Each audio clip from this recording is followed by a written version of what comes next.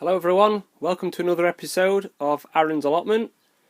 Here I'm just inspecting over the potatoes before they go in next weekend, being Easter weekend. That's generally when I usually plant all my potatoes. So I'll just run you through what varieties I have this year. For the first earlies I have Pentland Javelin, the middle one on the right, and foremost in the foreground here. Second earlies I have Estima. It's a variety I've had for about 3 or 4 years now, and also Kestrel, giving those a try this year. And up at the back there, as you can see, just if the black writing there, we have Cara and Desiree, however you pronounce it. So yeah, I have a bit of a variety of all sorts this year, first, seconds and main crops. Reason I've got quite a lot is I'm going to trial some in some pots this year, and when I come to do that I will upload the video, but I'm just curious as to whether potatoes will grow better in the pots, 15 litre pots that is, or in the ground. The only problem with being in the ground is sometimes if you miss them and come next spring, summer, they get sprutting up between, say, like your onions or your peas or whatever. Not only that, at least you can pick and choose out of your pots, and then if you've got some really small potatoes you can put them back, keep watering them, hopefully they'll grow into bigger tubers. So that's me in the garage, checking on the potatoes. Right, so into the greenhouse now. So here we have some garlic. I've already planted some out this week, so they'll be all ready to go out probably Monday or Tuesday this week. I've got some sweet peas in some cells here. Checking over cabbages. They've come up lovely in this last week or so with a nice bit of warm weather we're having. And the collies, lettuce. No appearances yet from the nasturtiums, but the cosmos and the marigolds have started to germinate. There's a tag there.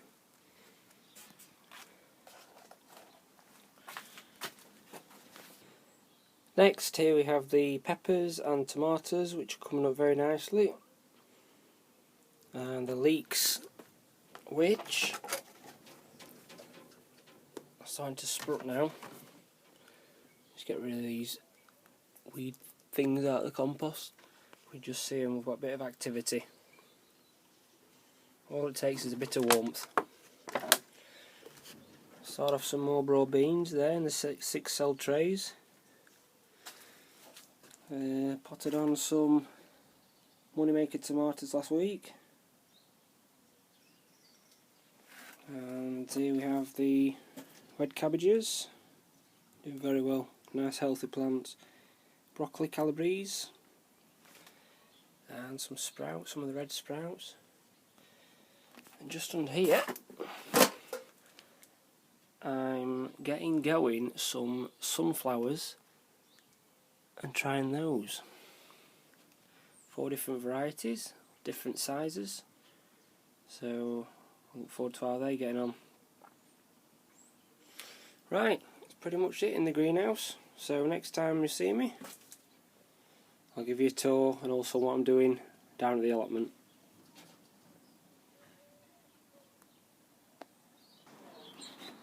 Just quickly before I go, I'm hardening off now my broad beans, so they can go in next weekend too.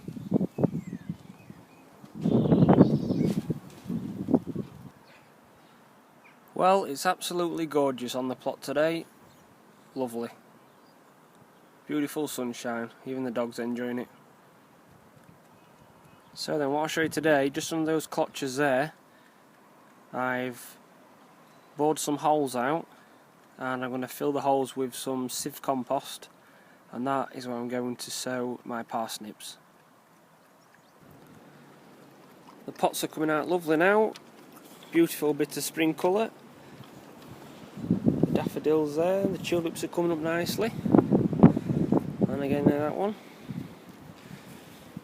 I'll just show you what I've been getting on with the last couple of days. Well, that string line is there. I've been planting my shallots. There's just a bit of grass there just to pull out. Where I've been putting what I've been trying to kill off with a black plastic. And I can get another row or two in there. Right, over to here. So, it's a bit sunny, I don't know if you can see alright. Let's take the clutch off. There. What I've done, 2 lines, just bored the holes out with a bit of bar, only about what, 6 inches deep. And you can also use, I'll tell you what I used last year. I used a bulb planter where you can put the bulb planter in, twist, pull out, and then obviously you lose the compost then when you squeeze the handle. That's another good way to do it. I'm just giving you a bit of a tour of what I see. Just making a few buildings there at the back, but generally everybody's plots are in tip-top condition, ready for some sowing and planting. So yeah, so this is the next project. Whether I get them all done and filled up today, I don't know, so I'll have a go anyway and see how far I get. And if I don't get them planted today, Saturday, I'll get them planted tomorrow. Okay, so I'll crack on and show you what I've got up to when you next visit. Right, I'll just show you how I go on, do the parsnips. This is the tool I'm talking about, it's a bulb planter. The times we don't wait. I think I'm parsnips as well. This year having a bit circular motion attention. But it's just a hole that's filled in here, so I'll just show you. So when I push it down, twist, all you do.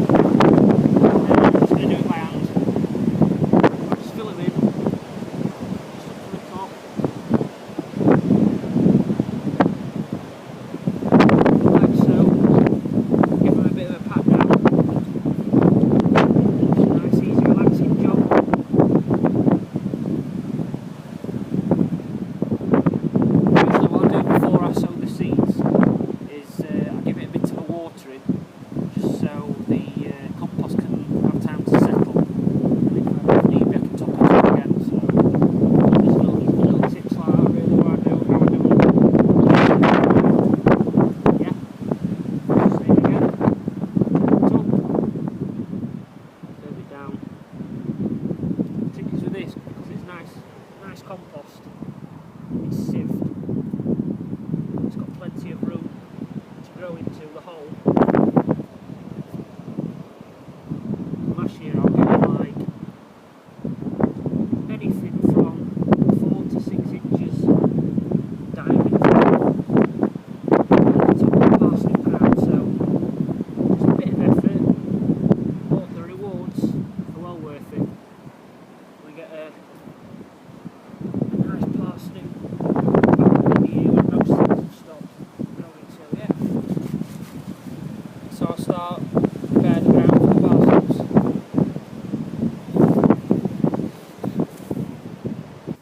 Sorry about the wind and that there, just too windy to hear what I was saying really. Basically, whilst I was preparing the soil and the ground for the parsnips to be sown, I was basically just talking about how it's important that you get some nice sift or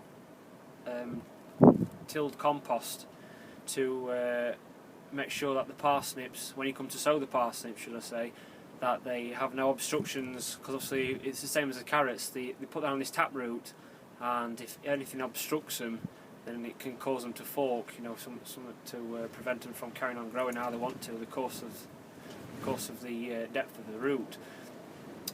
So yeah, basically I was just saying that I fill the holes in with the compost, firm it down, and then just before I come to sow the seeds, I give it a watering. So then what happens is the water will pull the soil down to its found its finishing level, of which then if it needs topping up, I can top the holes back up with some soil, and then sow away like that. So yeah, what I'll do is I'll crack on now.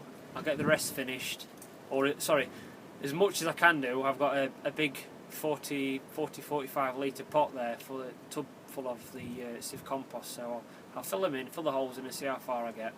And then that's probably it for today. I'll crack on, get that done, and then I'll be back again in the morning. Okay everyone, I'll just show you what I've been up to today. The weather's turned a bit now, it's getting a bit grey, overcast and windy. So apologies again if you can't hear me, but I'll try and speak as close as I can. Yeah, just see through there that the holes are filled in with the sift multi-purpose compost I was sieving earlier, sorry. You don't realise how long it actually does take to sift the compost.